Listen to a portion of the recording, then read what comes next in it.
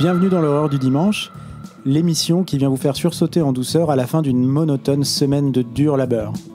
Bouh.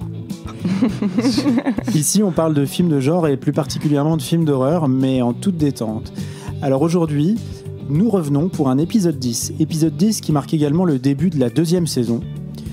Après un épisode sur les vacances pendant les vacances, nous allons continuer à secouer les marronniers en vous proposant un épisode de rentrée, pendant la rentrée, sur la rentrée. Des questions ? Bon, alors si personne n'a de questions, voilà, merci Camille, on commence. La rentrée, c'est évidemment l'occasion de parler de l'adolescence et de ses angoisses. De ce moment pendant lequel tous, nous nous percevions différents des autres et surtout de nos parents, tout en luttant pour être semblables à nos camarades. Période de l'existence au cours de laquelle afficher une singularité relevait de l'exploit dans nos sociétés toujours plus normatives. Pour l'anecdote, moi, j'ai porté un t-shirt représentant une mouette engluée dans du pétrole, total doigt payé. Quel homme. Période où la pudeur nous empêchait d'exprimer nos émotions et nos craintes. L'école agissait donc comme un catalyseur de nos malheurs, une véritable usine à trauma. La rentrée, c'est le moment où l'on se dévisage, où l'on s'évalue, où les jugements hâtifs font en général foi pour une année entière et où les bourreaux choisissent leurs victimes. De quoi évidemment alimenter nos appétits insatiables d'histoires sordides. Et pour évoquer ces souvenirs douloureux, je ne suis pas seul. Camille, la première de la classe, elle est là, devant, prête à nous faire part d'analyses toujours plus approfondies avant même d'avoir levé la main. Ça va Camille ? Ça va. Moi aussi j'avais un t-shirt bien ringard avec un code barre avec écrit Just do it. Non, ça c'est autre chose. Je ne suis pas une marchandise. Ça dénonce. Et vous l'entendez, il est woke mais il dort au fond de la classe. Léo, ça va Léo ? Oui, ça va. Moi, au collège, j'avais des pulls jaune fluo parce que j'étais daltonien et du coup, maintenant, je porte que du noir pour pas me tromper de couleur. Mais t'es toujours daltonien. Tu fais bien. Toujours daltonien, je suis pas arrêté. La formule acerbe, le verbe acide de noir vêtu, c'est un peu notre émo à nous, Lola. Ça va, Lola ? En plus, c'est vrai que je suis habillée tout en noir aujourd'hui. Ouais, c'est dark. Là, c'est pour le travail, désolé. Ouais, ça va très bien. Je suis contente de revenir là. Bah ouais, on est Ça content. fait une éternité. On est content et je vais tout de suite montrer l'éléphant au milieu de la pièce. Je vois déjà les hordes de fans déchaînés nous le réclamer parce que son absence finalement est plus bruyante que le brouhaha de ses platines. Je veux bien sûr parler de Brice qui n'est pas avec nous ce soir. Oui, monsieur a décidé d'aller gagner de l'argent comme si la gloire ne lui suffisait pas pour bouffer. Il sera ce soir avantageusement remplacé par notre seul et unique auditeur régulier, Solal. Ça va Solal ? T'as le droit de crier. Vous l'entendez pas, mais il va bien. Bon, tout le monde va bien. On a vraiment une personne qui nous écoute. C'est super, on va pouvoir commencer tout de suite avec les films de ce soir. Et je crois que ce soir, on commence par le film de Camille. Oui, ce soir, je vais vous parler de Jeux d'enfants de Takashi Miike. Kami-sama, boku no taikutsu o kaeshite kudasai. 背中かいいの遊びといえばカゴメに決まってるだろ。やめろ！はあ？嘘つきは誰だ！2分前。ゲームスタート。これは神が起こした革命だ。生き残ったやつが善、死んだやつが悪。 Et ce n'est pas la foire à la saucisse. Un film très mature. Ça change un peu de Cairo, quoi. Ouais. Ah oui, c'est pas 2 salles de ambiance. Ouais. Donc du coup, effectivement, je vais vous parler de Jeux d'enfants, pas celui avec Cotillard et Guillaume Canet, l'autre film d'horreur, vous savez. Mais moi j'ai vu celui avec Cotillard. Il fait peur, c'est vrai qu'il fait peur. Ouais. Ouais, il fait très peur. Là, c'est donc Jeux d'enfants qui se traduit en anglais par As the God's Will ou en japonais Kami-sama no Yutori, un film de 2014. Je vous le pitch un peu et ensuite on discute. Ouais. Donc c'est un film plutôt joyeux. En vrai, c'est un film d'horreur mais drôle. Un joyeux Ça s'est bordel. senti dans le, ça s'est entendu dans le thriller. Ah ouais. Oui, c'est clair. Dans le trailer, pas le thriller. Michael Jackson, c'est parti. Donc en gros, de quoi ça parle ? Ça parle de Shun, Takahata Shun, qui est donc un lycéen qui est un peu en décrochage scolaire, qui joue à des jeux vidéo violents et qui regarde la guerre à la télévision. De retour au lycée, parce que c'est la rentrée, il s'ennuie comme un rat mort à écouter l'histoire de la monarchie française avec Louis XIV, etc., dans sa salle de classe, entouré de ses petits camarades. Beaucoup On est d'empathie vraiment- créée à ce moment-là. Ouais. On est vraiment dans un cliché total. On est vraiment dans un drama, un manga. Enfin, moi j'adore. Ouais. Donc, Shun est là et en fait, vraiment, son seul problème dans sa vie, c'est qu'il s'ennuie. Et il n'arrête pas de dire je m'ennuie, je m'ennuie, je m'ennuie. Bah, il va arrêter de s'ennuyer très rapidement parce que pendant 2 heures, ça va être l'enfer. Donc voilà, donc tous les clichés sont présents. Comme je disais, il y a le taiseux à lunettes, le délinquant et l'ami IE d'enfance qui est très joli. Et c'est donc dans ce décor que d'un seul coup, tout de suite en fait, les têtes vont commencer à exploser et les billes de sang vont rouler partout dans la pièce. Ah oui, ça commence beaucoup de d'emblée, billes, quoi. ouais. Ah oui, il y a La piscine à billes, ouais. Moi, je trouve ça trop cool. Donc, en fait, ce qui se passe, c'est que dès le départ, il y a une espèce de partie de 1, 2, 3 soleils qui se met en place avec une tête géante en 3D, un Daruma. C'est ça, un Daruma, ouais. Qui chante le 1, 2, 3 soleil. Et la seule façon d'arrêter le massacre, c'est en fait de toucher un bouton qui est derrière sa tête sans se faire exploser la sienne. Évidemment, il n'y a qu'un seul survivant par classe. Avec d'ailleurs, je tiens à le signaler, dans cette scène d'ouverture qui dure à peu près 15 minutes, il y a un hommage qui est fait à l'acrosport. Hein. Ah oui. Ah, Oui, c'est vrai. c'est Voilà. vrai, c'est Ouais. vrai. On l'a C'est tous réel. fait cette figure. On Bah n'a oui. jamais réussi à la faire, mais Mais surtout, c'est extrêmement dangereux. Genre, comment péter les lombaires de ton, Le de saut ton mouton copain. d'extrême, quoi. Donc voilà, mais lui il est réussi et donc il s'en sort. Et là c'est parti donc pour un nouveau jeu avec le jeu du chat et de la souris, avec vraiment des déguisements de souris qui Ouais. sont Ah, c'est trop marrants. mignon. C'est C'est trop une souris. Voilà, en gros on est vraiment dans un Squid Game, mais avant Squid Game, avec ce film-là, qui est d'ailleurs inspiré d'un manga qui a extrêmement bien marché, qui s'appelle Kamisama no Yutori ni, qui est donc un manga qui date de 2011 au Japon, qui a été publié dans le magazine Kodansha, et qui a rencontré un immense succès. Les auteurs, c'est Kaneshiro Muneyuki et Fujimura Akeji. Il faut savoir que le manga, à son heure de gloire, était autant lu que Shingeki no Kyojin, l'attaque des titans. Donc on est vraiment sur un phénomène. Ah ouais. Et c'est ce manga-là qui va évidemment nourrir Squid Game, que beaucoup de gens ont vu. Moi, j'ai vu que le premier épisode, comme d'habitude. Ouais, moi j'en ai vu 0, figure-toi. Ah bah Moi, voilà. j'ai tout vu. Et Mais j'ai j'ai- pas envie d'en parler. Mais j'ai vu la polémique en tout cas qui disait que potentiellement, il y avait une polémique. Enfin, en tout cas, quand tu regardes un petit peu, quand tu te renseignes sur le film sur As God's Will, pardon, Ouais. tu vois qu'effectivement il y a eu des polémiques comme quoi Squid Game aurait été un plagiat de ce film. Mais en fait, non, ce que tu dis, c'est qu'ils ont Non, c'est tous les deux puisé oui. dans la même source d'inspiration. Exactement. en C'est fait. un exactement. manga à la base, quoi. Ouais. Oui, et puis c'est vraiment un type de manga qui est vachement, qui connaît pas mal de déclinaisons, Ouais. parce que donc il y a celui-là, mais moi je trouve que, enfin, ça m'a fait penser aussi à un autre manga, je sais pas si vous connaissez, qui s'appelle Assassination Ouais, Classroom. ouais. Avec, Il y a les Alice in personnages. Borderlands aussi. là, Exactement, par exemple. Ouais. exactement. Donc en fait, c'est un peu ces espèces de survival lycéens où ils sont en fait enfermés. Bon, Squid Game, c'est un peu différent, mais où ils sont enfermés dans une école et en fait, ils vont devoir survivre avec des épreuves terribles, plus les unes que les autres. Voilà. Ce qui est intéressant, je pense, de noter, c'est que en fait, le manga, il reprend complètement les codes d'un type de manga qui s'appelle le manga neketsu, qui est en fait, on traduit ça par l'envie brûlante de gagner. C'est un peu tous les gros mangas comme Dragon Ball Z, One Piece, etc. Espèce de quête avec des épreuves et qui en fait permettent de déclencher la camaraderie, la liberté, enfin le dépassement de soi, etc. Sauf que là, dans celui-là, on prend ces codes-là et on les pousse à l'extrême pour en fait devenir très cruel. Il n'y a pas vraiment de sens, on ne sait pas trop pourquoi ils sont mis à l'épreuve comme ça. Enfin, c'est juste. C'est assez gratuit. Ouais, c'est ça. Et en fait, il y en a, évidemment, il y a des personnages qui vont commencer à prendre un peu de plaisir à ce jeu-là, d'autres qui vont essayer de rester moraux. Enfin bref, ça va être un peu la question comme ça. C'est aussi un film de Takashi Miike. Takashi Miike, qui est quand même un grand réalisateur japonais, qui a un énorme succès au Japon et qui est un mec qui a fait plus de 100 films films. Ouais. J'en Un ai vu tâcheron, hein. Sacré tâcheron. J'en ai vu aucun à part celui-là, donc il m'en reste 99. Voilà. Voilà, c'est une bonne manière de commencer la liste. Ouais. Exactement. Et c'est un mec qui fait du cinéma, enfin qui fait plein de styles de cinéma différents. Il a commencé avec l'horreur vraiment hardcore.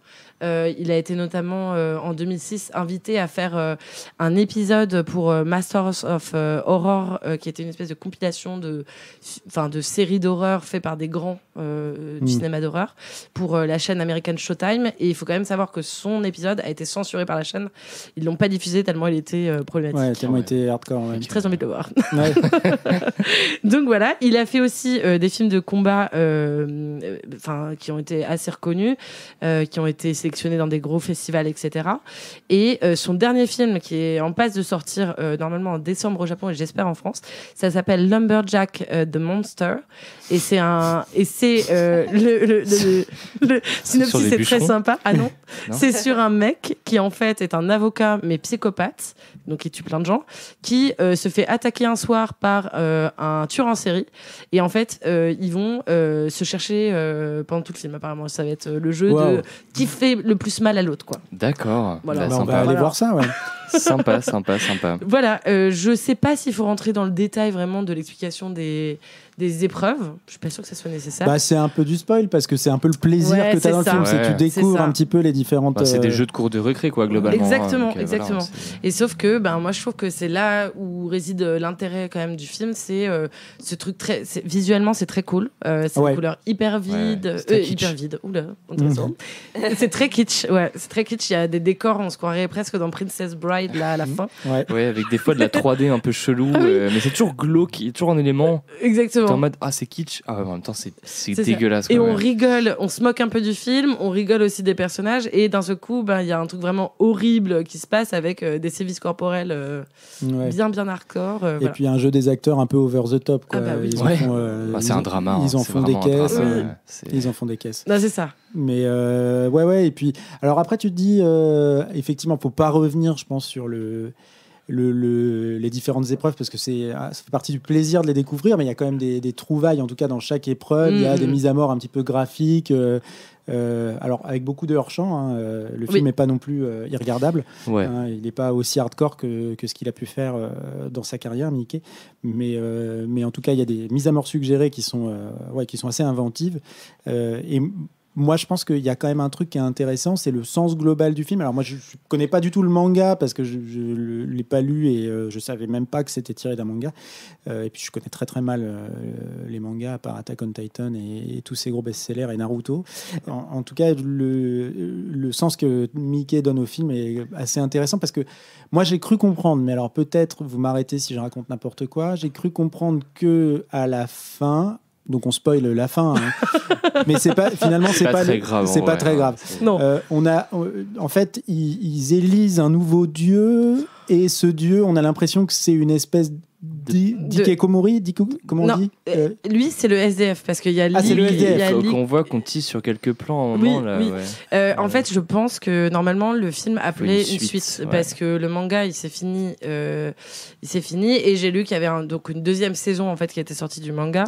D'ailleurs, les fans étaient très en colère parce qu'il n'est pas au niveau apparemment. Je n'ai pas vraiment regardé, mais voilà. Et en fait, effectivement, la fin du film, elle appelle juste un sequel, quoi. C'est pas très clair. D'accord, parce que moi j'avais cru comprendre que c'était donc ce geek qu'on voyait arriver comme dieu, et donc je me suis dit les nouveaux dieux, as God's will, ce que les nouveaux dieux, ce sont les gens qui alimentent la société du spectacle japonaise. Donc ces fameux geeks qui regardent et qui consomment, tu vois, ces émissions de télé-réalité dont les épreuves peuvent sembler être inspirées. Parce que peut-être qu'effectivement, on doit peut-être juste spécifier qu'il y a en fait, le film ne se passe pas juste dans un endroit fermé, c'est pas un huis clos dans le sens où il y a des sorties de cette école et de ce jeu de massacre où en fait on voit la réaction de la société japonaise qui transforme ça en télé-réalité globalement, exactement, parce qu'en fait il y a des espèces de tout ça c'est suggéré qu'en fait c'est un phénomène mondial dans lequel toute la jeunesse du monde se bat entre elles, un peu à la Hunger Games, quoi, et ils se battent dans des espèces de cubes qui volent au-dessus des villes, et tout est retranscrit effectivement sur les écrans géants. Donc il y a un truc avec les réseaux sociaux, etc., et on les appelle les enfants de Dieu, tous ceux qui, en gros, survivent aux épreuves, quoi. Donc il y a un truc comme ça, oui, une espèce de sous-texte un peu allégorique sur les nouveaux La société dieux, du spectacle. Exactement. Ouais. Et puis sur la mise en concurrence, je pense qu'il y a vraiment un truc très clair sur le fait que en fait, ils doivent survivre uniquement aux épreuves, comme aux épreuves de la vie au Japon, c'est-à-dire il y a des faibles, il y a des forts, et les faibles vont être écrasés en permanence par les forts, et il y en a qui vont trouver ça très normal et d'autres un peu moins, quoi. Le truc de rendre ça, d'en faire une télé-réalité, moi ça m'a fait beaucoup me rappeler genre Battle Royale, quoi. Oui, bien sûr. Un film un peu pionnier de ce genre-là aussi. Oui, tout à fait. Ouais. Bah oui, tout à fait. clairement c'est Tout à fait. une espèce de mélange entre Squid Game et Battle Royale. Mais en tout cas, non, mais le film est donc, tu parlais des effets visuels un peu kitsch, oui. Mais il y a des trucs c'est quand même assez propre. Hein. Tu vois les CGI avec le Daruma et tout ça, il est assez effrayant. Je crois qu'il te faisait pas mal peur, toi, Lola, le Daruma. Ah oui, t'as fait avec les yeux injectés de sang. Ce petit masque là, non, il tu vois, est bien avec terrifiant. les yeux écartelés là, avec des agrafes. Ouais, des agrafes. Ouais. En fait, moi, ce qui me fait le plus peur, c'est ce 1, 2, 3 soleil là du début. C'est comment il parle, en fait. Bah ouais. Il y a un travail sur les voix des jouets, oui, qui sont et comment s'appelle le jeu avec les poupées qui tournent autour là, en mode chaise musicale de l'enfer. Je sais plus, parce que j'ai pas trouvé le nom, mais c'est pas des coquettis ou un truc. Je sais plus. Elles leur voix aussi, elles sont c'est affreuses, quoi. avec la petite chanson Quelle là. angoisse. C'est vraiment les chaises musicales. Oui. Mais où tu te fais exploser la gueule à la fin. Ouais. Oui, puis c'est avec ce truc, ce qui marche bien, c'est ce truc de la consigne. Tu sais, où tu dois être attentif à tous les mots. Autant dire que moi, c'est que j'arrive pas trop. Ouais, c'est clair. Je me rappelle des très mauvais souvenirs de jeu. classe. Oui, exactement. Tu meurs au premier jeu et tu te dis, mais en fait, à quoi ça sert de passer au second jeu, sachant que tu as énormément de chances de crever encore au deuxième. Ouais. Ah non, c'est l'enfer. Limite, le premier, tu meurs instant, quoi. Bon, voilà. Non, mais c'est clair. Moi, je serais pas aussi malin que. Comment il s'appelle le perso là? Shun. Takahata Shun. Takahata Shun, ouais. Takahata Shun, qui d'ailleurs est probablement, il y a aussi là-dedans un peu, je pense, parce que c'est marrant quand tu regardes quand même. Il y a beaucoup de films d'horreur, de films d'horreur japonais qui s'inscrivent un peu dans cette vague-là, c'est-à-dire dans le film de lycée, un peu trash, quoi, où on voit des étudiants se faire trasher. Voilà. Et donc, je sais pas, moi, j'y vois une espèce de dénonciation de la jeunesse. Peut-être le côté un peu réactionnaire du Japon, que peuvent avoir certains réalisateurs de cette époque-là, de cette vague-là. Mais en tout cas, il te montre un personnage principal qui joue aux jeux vidéo, qui en a marre de sa banalité, et puis qui en fait va se dire cher, finalement, ma vie, elle est pas si mal parce que tu te conformes. Voilà. Et tu vois, il y a un peu ce message qui est peut-être un peu réac sur les bords. Après, le Japon est pas forcément connu pour être très tendre, et c'est quand même un pays qui est connu pour avoir une politique très réactionnaire. Hein, donc c'est pas délirant que le message passé soit comme ça. Hein. Le message que Shun dit au début, en voix off, c'est je croyais que ma vie était d'un ennui profond, et en fait. Cette pensée-là évolue parce que ça l'embête vraiment de s'ennuyer dans la vie, et en fait il se dit c'est pas si en mal, fait c'est bien l'ennui. Bah oui, c'est ça. C'est ça un peu le. C'est ça, et puis c'est en même temps le truc de la. Je suis assez d'accord avec ça. Moi j'aime m'ennuyer. C'est pareil, t'as le personnage là de. Alors attends, comment est-ce qu'il s'appelle? Amaya, le délinquant, qui lui est très content en fait, se révèle. Il rigole tout le film. Oui, et lui c'est un vrai sadique en fait. C'est un psychopathe. C'est ça, et lui aussi il s'ennuyait, et du coup là il prend un peu. Jeffrey Dahmer. Il prend du plaisir. Moi il m'a fait vachement penser au personnage alors comment est-ce qu'il s'appelle? Raito. Dans Death Note, qui pour moi est vraiment chef-d'œuvre. Oui. Et en fait, qui est ce personnage-là qui s'ennuie très fort, qui en même temps est très très intelligent et qui est complètement désœuvré, et un truc aussi de toute puissance, quoi, de droit de vie et de mort sur les autres. Je pense que c'est vraiment des personnages qu'on retrouve beaucoup en fait au Japon. Ouais. C'est vrai. Et moi, j'ai pas compris là le dernier jeu, j'ai rien compris là. Le truc avec la boîte qu'il faut shooter. Ah oui. Putain, moi les règles, je me suis dit, je meurs en 5 secondes. Mais oui, moi non plus. Alors là, il faut tirer, mais que s'il y a des gens enfermés. Pour les délivrer, il faut faire ça. Et puis la boîte, si tu la tires, c'est une sorte de balle aux prisonniers. J'ai rien bizarre en fait. Moi j'ai rien compris. C'est comme un cache-cache. Quand il a réussi ce jeu, j'étais en mode. Ok, je sais pas comment, mais ok. Let's go. Oui, parce qu'évidemment, c'est hyper alambiqué. Après, moi, ce que je trouve marrant, c'est que j'étais. En fait, moi, c'est le genre de sujet qui m'ennuie assez rapidement parce qu'en fait, juste tu prends du plaisir à voir esthétiquement ce qui va se passer, mais en soi, d'un point de vue scénaristique, c'est quand même très facile. Et ce qui est marrant en même temps, c'est d'avoir vu, alors. Je parle de Squid Game sans avoir vu Squid Game, mais j'ai quand même l'impression que c'est beaucoup ça. Et les gens adorent, en fait. Enfin, tu vois ce que je veux dire ? Genre, il y a vraiment ce plaisir un peu bêta de regarder le truc. C'est ça, même pour Alice in Borderlands, la série, elle a cartonné. Je sais que le manga aussi, il a vu quand même son petit succès. Moi, j'ai un peu du mal. En fait, j'ai l'impression de voir 15 fois les mêmes trucs. Et c'est un peu redondant au bout d'un moment. Et celui-là, elle mérite d'être riche en couleurs. Enfin, tu vois, genre vraiment. En fait, tu rigoles, comme tu disais tout à l'heure. Franchement, tu te marres. Et c'est glauque, c'est gore, et c'est marrant, en fait. Quoi. Et le côté. Les jeux sont vraiment drôles. Parce que tu as raison, il y a une espèce de phénomène presque de pop culture, en fait, qui est le phénomène du Battle Royale. Ouais, quoi. voilà, c'est exactement. Un concept qui a été, je pense, épuisé et tordu, essoré jusqu'à la moelle, et qu'on a retrouvé aussi dans le jeu vidéo. Fortnite.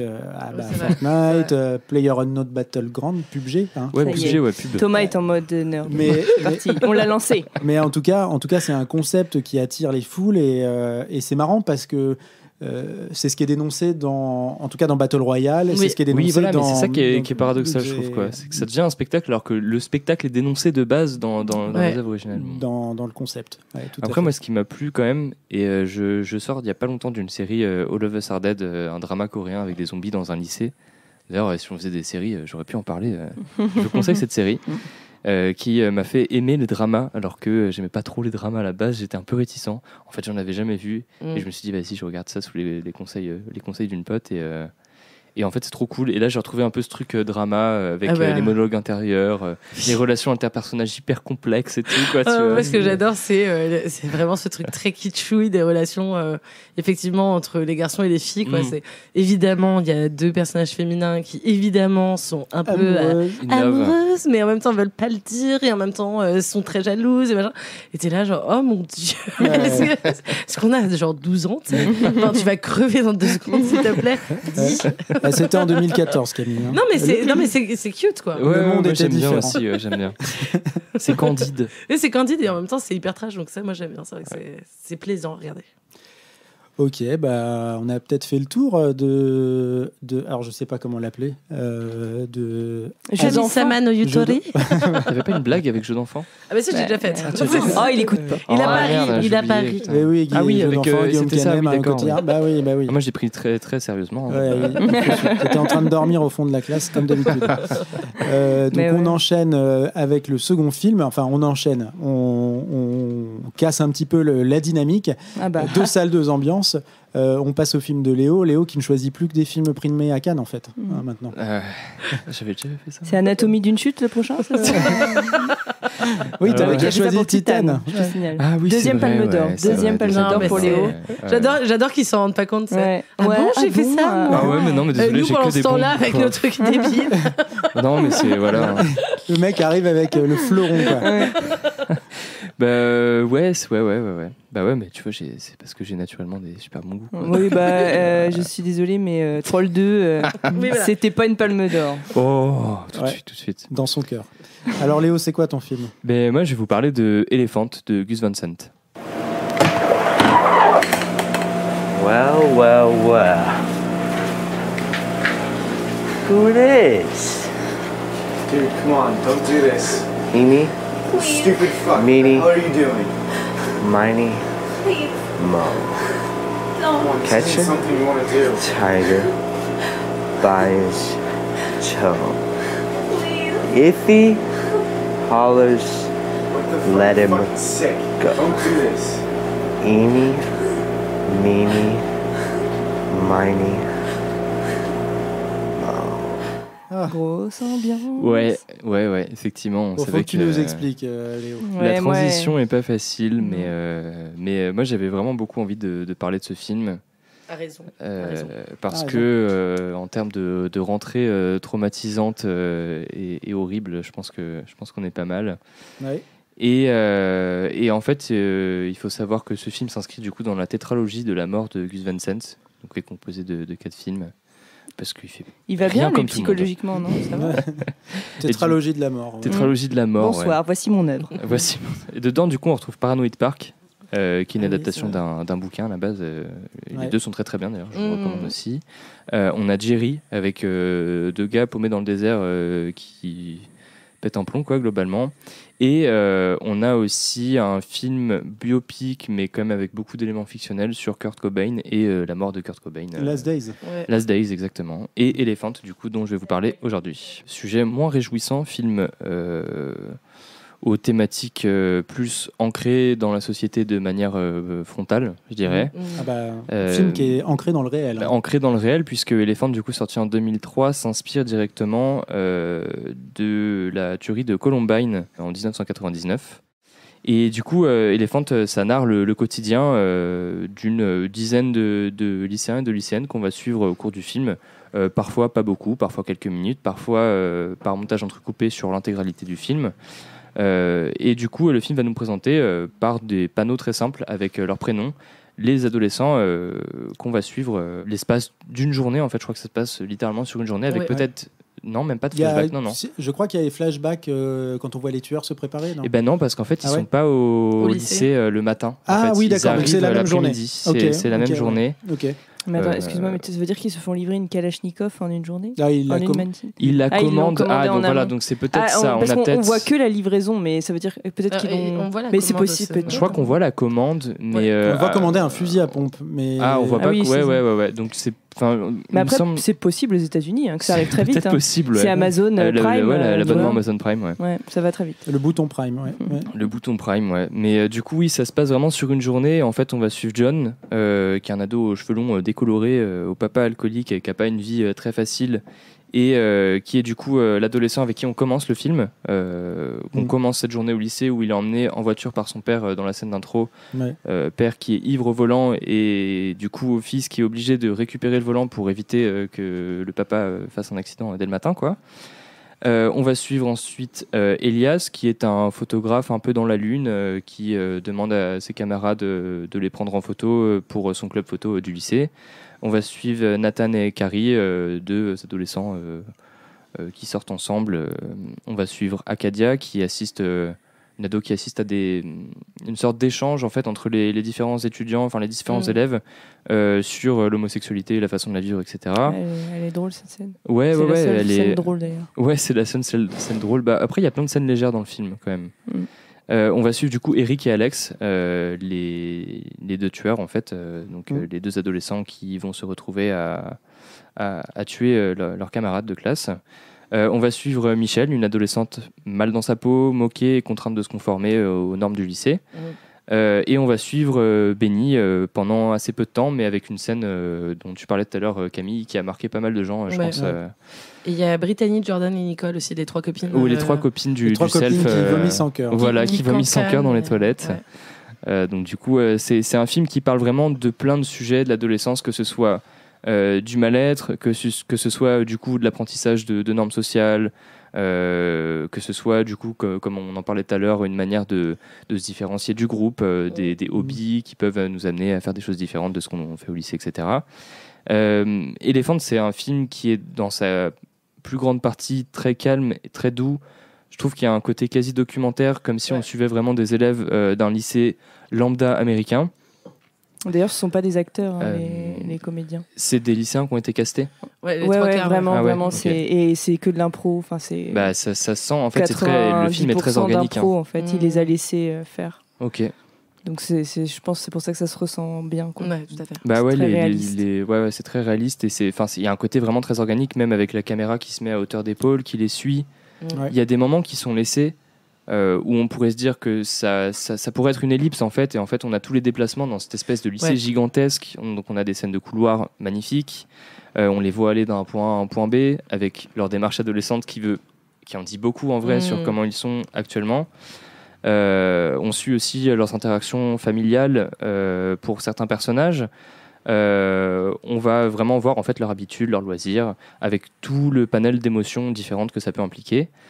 Et en fait, ce qui est chouette, c'est que Gus Van Sant, il oriente. Il présente et il oriente pas la vision qu'on peut avoir en fait, quoi. Il présente vraiment des situations adolescentes sans émettre forcément de notion de jugement, et ça vaut même en fait pour les tueurs, pour les gamins qui commettent cet acte innommable en fait, quoi. Et en fait on va vraiment suivre leur quotidien, et si on connaît pas le sujet du film dès le départ, voilà, enfin en fait rien n'amène à se douter qu'un tel acte va être commis à tel moment, et c'est là toute la force du film, c'est que c'est brutal en fait, quoi. C'est vraiment l'irruption du mal dans une situation de normalité la plus totale en fait, quoi. C'est rien ne peut nous y préparer, rien n'aurait pu nous y préparer, et du coup il propose un peu une sorte de réflexion collective sur qu'est-ce qui a déconné à un moment, et c'est pareil en fait. Il faut savoir que suite à la tuerie de Columbine, il y a eu beaucoup de débats, notamment des débats houleux qui sont restés un peu dans l'histoire, même sur le jeu vidéo, l'impact du jeu vidéo. C'était le début du coup des shooters, de Doom, même après dans les années 2000, de l'arrivée de FPS connus, etc., quoi. Et en fait c'est l'arrivée aussi de pas mal de boucs émissaires, plutôt que de remettre en question des problèmes sociaux, d'avoir une réflexion collective en tant que société, du coup cibler certaines choses en fait, quoi. Et du coup dans le film, Gus Van Sant va présenter et va désamorcer, je trouve, assez vite ces boucs émissaires. Donc on a une scène où les deux adolescents, les deux tueurs, jouent aux jeux vidéo, un shooter qui n'est pas un vrai shooter, qui est un shooter créé pour le film en fait, où c'est les deux personnages de Jerry, un de ses films, qui se tirent dessus en plein désert. Donc du coup, bam, ça casse aussi ce truc-là. On sait exactement que c'est pour désamorcer, pour exit complètement en fait cette espèce de truc voyeur où on va trouver absolument des raisons.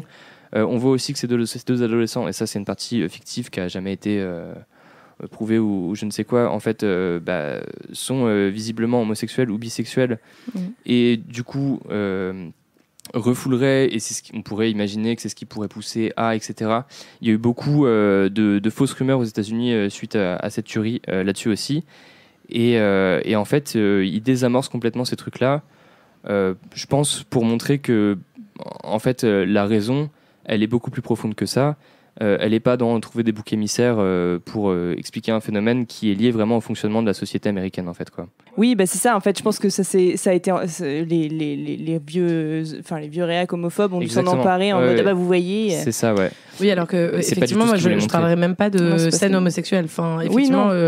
Mais d'ailleurs, il dit que c'en est pas une. Oui, c'en est pas une. En fait, c'est dans l'interprétation, l'accueil critique qu'a eu de son film. C'est quelque chose qui est beaucoup revenu, cette scène-là, alors qu'effectivement, en fait, c'est pas présenté comme tel dans le film. Mais du coup, pour les vrais tueurs, il n'y a pas eu cette non.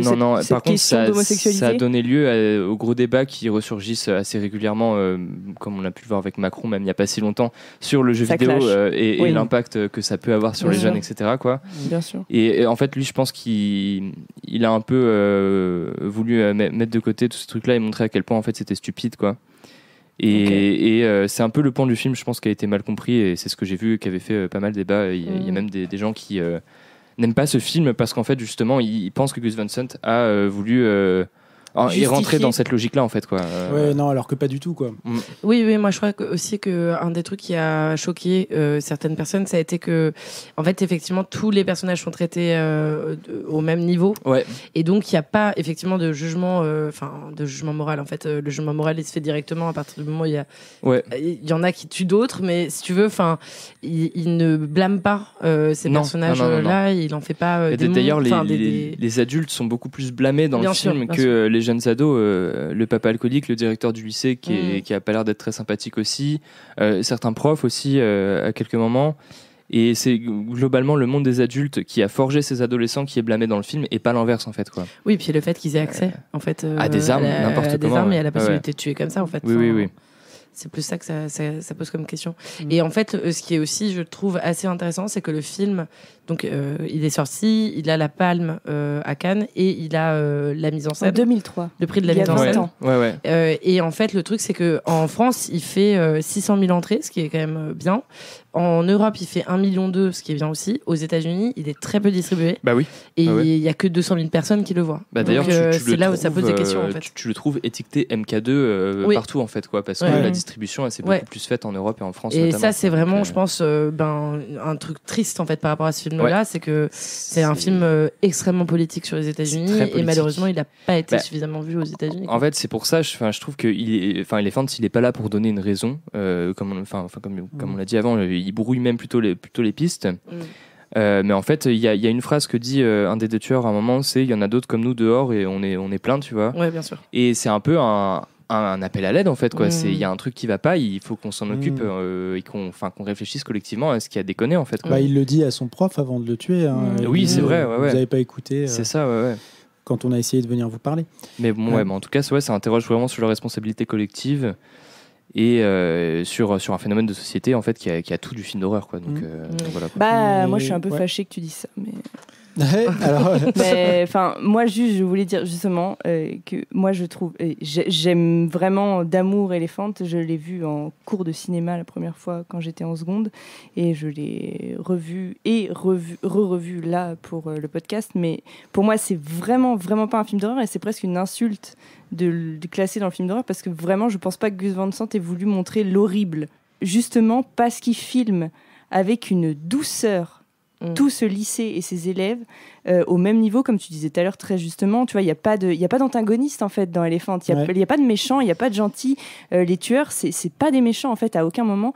Et il a en fait dans le film, j'ai lu pas mal de trucs dessus et en cours de ciné, franchement, j'ai fait 12 000 analyses d'Elephant, mais c'est un film où le pathos il est éradiqué.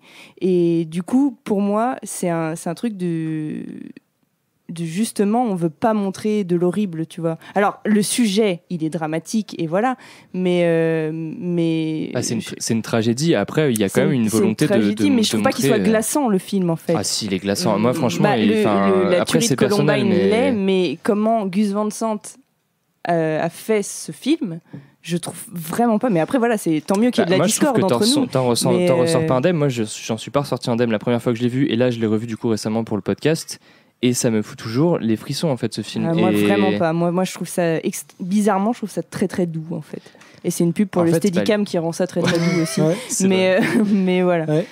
Non mais je rebondis sur ce que Lola dit parce que contrairement au film qu'on traite habituellement dans l'horreur du dimanche, c'est peut-être le film qui s'inscrit le plus dans le réel. C'est-à-dire que c'est le film qui fait le moins appel à des artifices scénaristiques de cinéma. Il y en a quasiment pas. Ouais.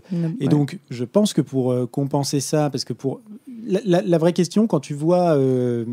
quand tu as un sujet comme le sujet de la tuerie de Columbine et que tu veux en faire un film de fiction, la vraie question, c'est comment on fait, quoi. C'est-à-dire qu'à un moment donné, le fait divers en tant que tel est tellement affreux et tellement dramatique que c'est compliqué de rentrer par le biais de la fiction dedans. Et d'ailleurs, il y a beaucoup de documentaires là-dessus. Il y a le documentaire de Michael Moore. On en pense qu'on en veut, on peut le revoir. Mais voilà, c'est le documentaire est peut-être le moyen le plus facile d'en parler. Et Gus Van Sant, il en fait une fiction. Et ce qui est intéressant, c'est que pour compenser, justement, il éradique complètement tous les artifices de cinéma que tu peux avoir dans un film qui visent à recréer, en fait, un réel ou un autre truc en te montrant, en utilisant des acteurs amateurs, en te montrant la banalité du quotidien, en étant proche de ses personnages, avec une succession de plans-séquences. Il n'y a aucun champ contre champ, c'est que du plan-séquence, tout le film. Donc c'est la manière peut-être la plus organique et la plus proche du réel de filmer des gens, c'est de les suivre. Il te les montre exclusivement comme ça. Et le regard qu'il pose sur les tueurs est absolument pas un regard jugeant. C'est pas, il te les montre pas comme des monstres. Il te les montre comme des adolescents qui ont vraisemblablement un problème sur lequel il ne se prononce pas quant aux origines, quant aux racines. Et je trouve que c'est vraiment la bonne manière d'adopter ce sujet-là. Il y a un truc, à un moment donné, moi je me suis fait la réflexion, parce que tu as le personnage de Eli, qui est photographe, qui peut-être serait la personne la plus proche de Gus Van Sant au sein du film, c'est le rapporteur d'image du film, qui lui, à un moment donné, pendant une session d'images là, de club photo, dit à une de ses collègues j'aime bien ta photo, j'aime bien les contrastes que tu y as mis. On ne voit presque plus la barrière. Et je trouve que là-dedans, dans cette phrase, il y a un petit peu le projet du film. Tu vois, c'est-à-dire que j'utilise un vocabulaire technique de transformation de l'image, donc le contraste, machin, la photo, et en même temps, je vois plus la barrière, je vois plus la frontière entre le réel et le cinéma. Et je trouve qu'il y a son projet qui est résumé dans ce truc-là. Ouais. Voilà. Et je trouve que c'est la manière peut-être la plus intelligente de s'attaquer à un sujet pareil. Oui, tout à fait. Et par rapport à la question de l'horreur, moi, en fait, je l'ai vu, je pense, comme vous, très jeune, adolescente, quoi. Et je me souviens que ça m'avait extrêmement choquée, etc. Ouais. Enfin, en plus, on parlait beaucoup de Columbine à cette époque-là, etc. Et moi, ce que j'ai trouvé intéressant, c'est qu'en le revoyant, en fait, en sachant évidemment de quoi ça parlait et en sachant ce qui allait se passer, il y a eu une anticipation de ma part permanente. Et en fait, les longs couloirs sont devenus très anxiogènes.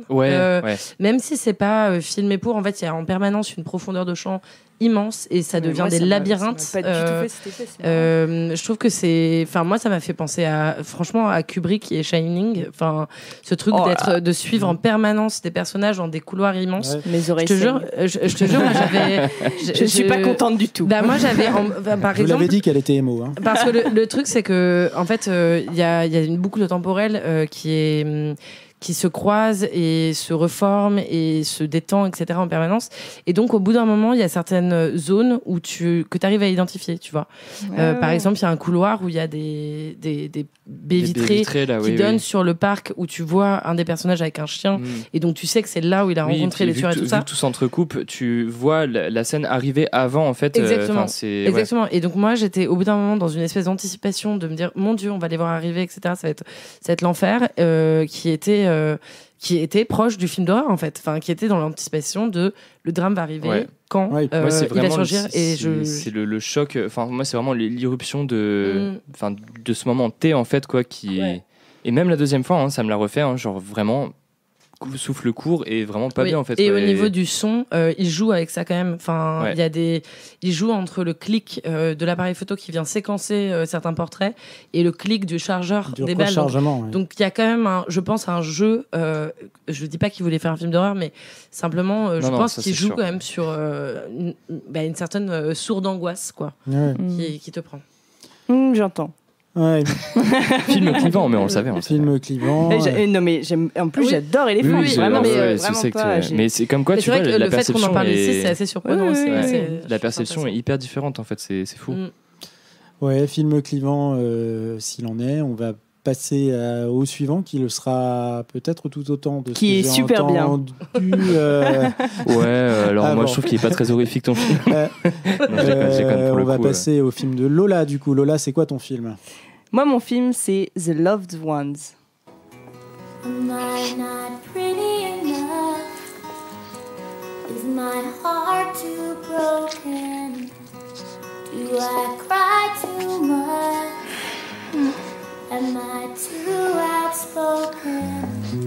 Don't I make you laugh? Should I try it harder? Why do you When I find my prince, this is the song we're gonna dance to at my wedding. I live, I breathe, I let it rain on me.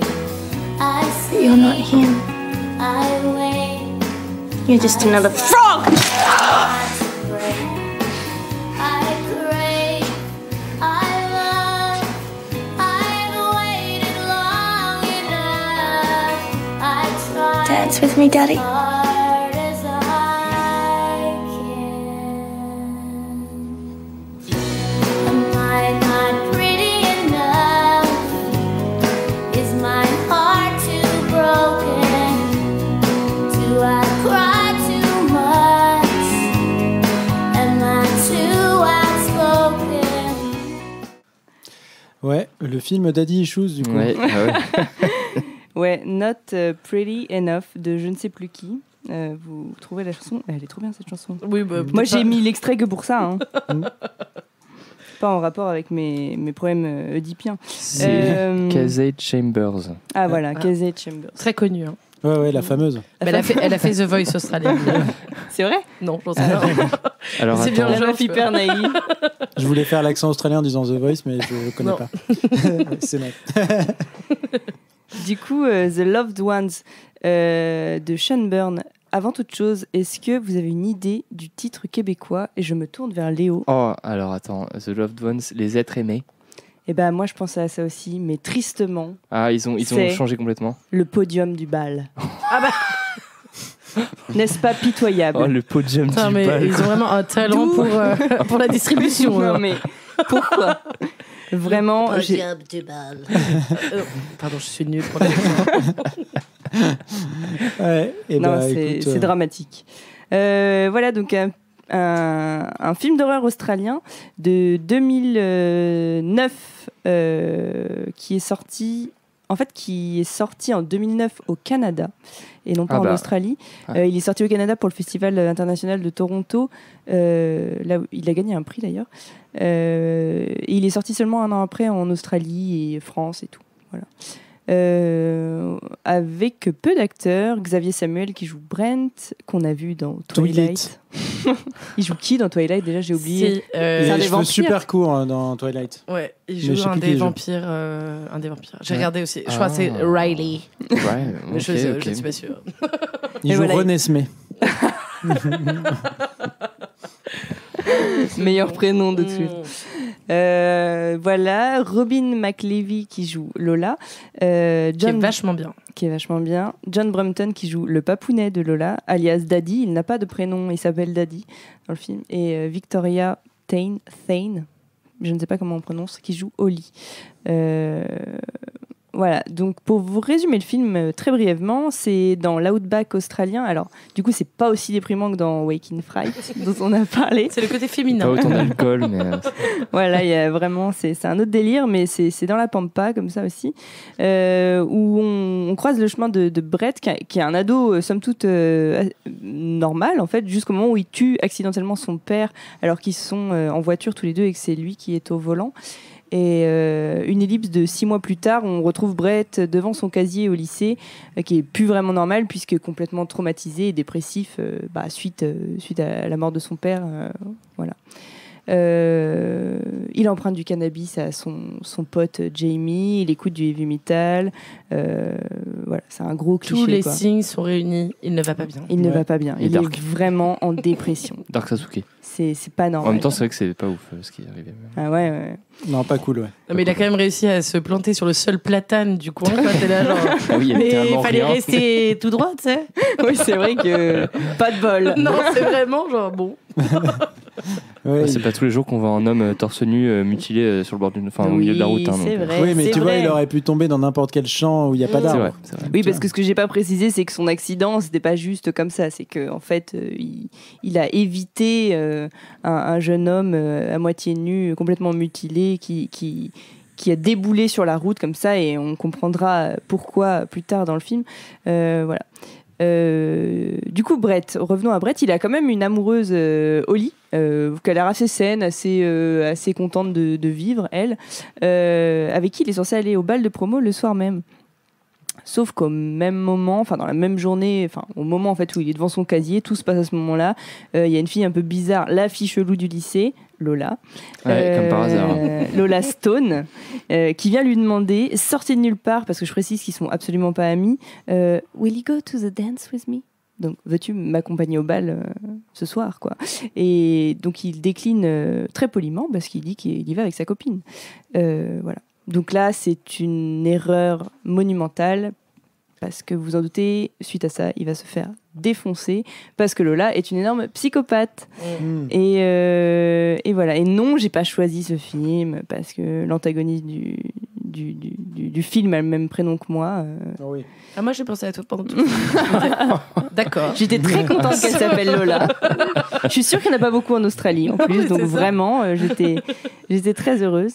Non, j'ai choisi ce film déjà parce que je pense que pour le thème rentrée, bon, ça se passe pas à la rentrée, mais ça se passe dans un lycée.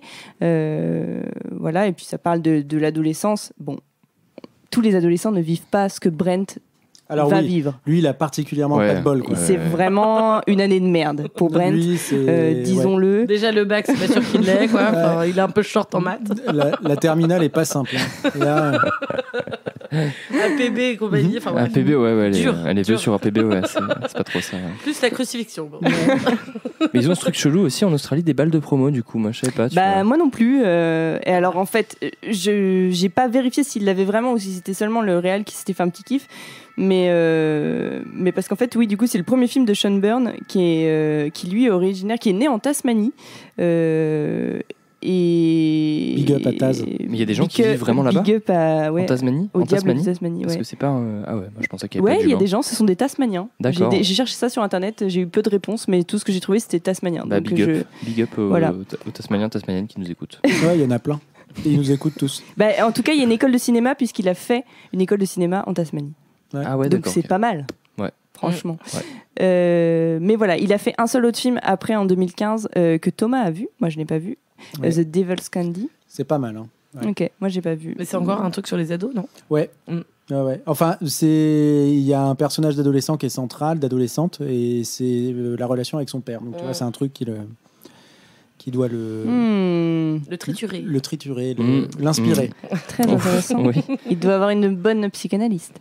Je lui souhaite en tout cas. Il a dit un truc assez intéressant parce qu'il a fait pas mal il a répondu à pas mal de questions de journalistes suite à The Loved Ones. Et en fait, c'est un mec qui est fan de films d'horreur. Et d'ailleurs, il le dit qu'il a commencé à aller en regarder très jeune avec son père, mais peut-être qu'en fait c'est ça le truc avec son père, je ne sais pas, peut-être que on verra. En tout cas, il dit, je cite, on vit nos pires cauchemars en direct, mais sans que personne ne souffre, l'horreur est synonyme de libération. Et je trouvais ça assez beau et je voulais vous en faire part parce que moi je trouve ça assez juste en plus d'être beau. Moi c'est un peu l'effet que ça me fait quand je regarde un film d'horreur. Voilà, donc on est ici avec un grand fan du genre horrifique et on sent qu'il maîtrise bien son sujet parce que il nous sort quand même un film. Déjà c'est un avantage d'1h20 seulement. C'est cool, vraiment ouais. merci quoi parce que les trucs à rallonge où on se fait chier, voilà. Donc non, c'est rapide. Bonjour pour nos films. Non, mais je suis d'accord, 1h20, c'est bien. C'est bien. 1h20, c'est bien. Il voulait faire un mélange, c'est un grand fan du coup, encore une fois, des vieux films d'horreur. Il voulait faire un mélange entre Carrie et Evil Dead qui sont ses films préférés. Mais ça, effectivement, ouais, c'est exactement donc, ça. Ouais. En fait, Carrie, c'est aux États-Unis, il y a cette histoire de balle de promo. Ouais. Est-ce qu'il a amené le balle de promo en Australie ou est-ce que ça existe déjà? Je sais pas en fait. J'ai pas vérifié. C'est quand même le Commonwealth, donc je pense qu'ils font aussi ce truc. Il y a moyen, c'est possible alors. Mais en tout cas, voilà. Donc dans The Loved Ones, il y a rien qu'on n'ait jamais vu. Il n'y a pas de discours profond sur le sens de la vie, vraiment. Il y a du cliché à fond tout le temps. Mais le film, il est tellement bien fait, moi je trouve, qu'on reste cloué, sans mauvais jeu de mots, si vous avez bien regardé le film, à son siège pendant les 80 minutes. Et voilà, c'est hyper trash, mais en même temps, le gore, il est souvent hors champ. Je ne sais pas si vous avez remarqué, mais voilà. Brent, il crie en mode chanteur de heavy metal à chaque fois. Je ne sais pas si c'est un hommage. Ouais, on est d'accord, c'est très bizarre. Personne ne crie comme ça. Mais il lui injecte un truc dans la gorge. Le Javel. C'est sur les bons conseils de Donald Trump? Qu'est-ce que c'est? Oui, buvez un petit coup d'eau de Javel pour il lui brûle les cordes vocales, mais normalement ça te flingue quoi. Enfin, il est pas dans le bien. Hein. Ouais. Je sais pas si t'as remarqué, il est un peu étourdi quoi. Pas au top de sa forme. Bon voilà, il y a une scène avec une perceuse qui est une sorte de trépanation artisanale, ouais. Mais qui est formidable. Et en plus, ils s'y reprennent à deux fois. Ah, j'adore parce qu'il y a de la fumée. Ah oui, il y a l'eau bouillante après. Oui, parce que tu dis, il a fait le trou, c'est fini, quoi. Le bal. Non, en fait, pas assez grand en fait, pour verser l'eau. Non, puis le vrai truc, c'est de mettre l'eau bouillante dans le trou. Bah oui, ça c'est. Mais on cautérise. Puis le trou est trop petit, du coup, elle demande à son papa d'agrandir le trou. C'est encore une scène très bizarre. Très intéressant d'ailleurs. Il le fait. Et puis il y a tout un son dégoûtant, genre. Oui, c'est vraiment dégueu. Je pense que c'est bon. Mon Dieu. Ouais, merci. C'est nerve en mode Daddy, j'arrive pas à verser l'eau dans le trou. Je vais appeler ma psy en partant. Ouais, c'est horrible. Putain, mais plus je vous en parle, plus je me sens mal finalement. Voilà, mais enfin, en tout cas, pour plus sérieusement, moi j'ai trouvé que les personnages étaient, même carrément bien. Il y en a pas beaucoup, mais ils sont bien travaillés. À part ce couple justement du pote Jamie et de la gothique, on comprend pas pourquoi ils sont là. Cet arc narratif-là, justement, est quand même un peu étrange. Bah, il n'est pas nécessaire. On comprend pourquoi à la fin. On comprend, mais c'est un vraiment. peu. Oui, mais on comprend pourquoi elle, mais on comprend pas pourquoi lui et elle. Parce que quoi. c'est drôle. Ouais. Parce que lui, il est moche et elle est sexy. Et du coup, Non, mais c'est peut-être parce que eux, ils ont réussi à aller au bal alors que les autres non. Tu vois. Ouais, peut-être. Ouais. Et alors purement techniquement, je crois aussi, enfin j'ai vu ça passer plusieurs fois, c'est qu'en fait, donc le film dure 1h20 et pour que ce soit un long métrage, la limite est vraiment pas loin et il aurait rajouté cet arc-là narratif pour allonger son film. Mais en fait, bricolage des bricolos. Ça se sent ce truc. Le tâcheron. Voilà. C'est ton mot de la soirée. Non, mais il faut quand même noter que Mia, la gothique, s'appelle quand même Mia Goth. Enfin, Mia et Goth. Voilà. C'est un hommage. Moi, ça m'a fait rire. Est-ce qu'elle danse le Mia? C'était un foreshadowing de X. Voilà. Bon, bah voilà, on fait avec ce qu'on a. Hein. Mais non, voilà. Mais en tout cas, le personnage de Brett, moi, je l'aime beaucoup. C'est vraiment le cliché du loup solitaire qui est à la fois ombre et lumière, tu vois, il y a un truc un peu, il est abîmé par la culpabilité d'avoir tué son père. Sa mère lui fait bien comprendre aussi. Et quand il culpabilise, il est encore plus beau qu'avant de culpabiliser. Il est ténébreux, voilà, il est hyper ténébreux. Il est très ténébreux, et puis cette lame de rasoir autour du cou, tu vois. C'est vraiment. Non, mais... C'est l'âme de rasoir fusil de Tchekhov en plus. Franchement.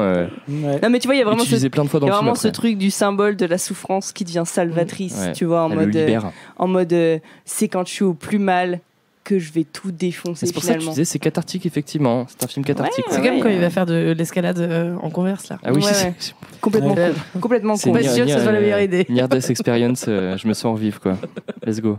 Et concernant Lola, dans le trailer du film, il y a cette phrase de ce que Lola veut, Lola l'obtient.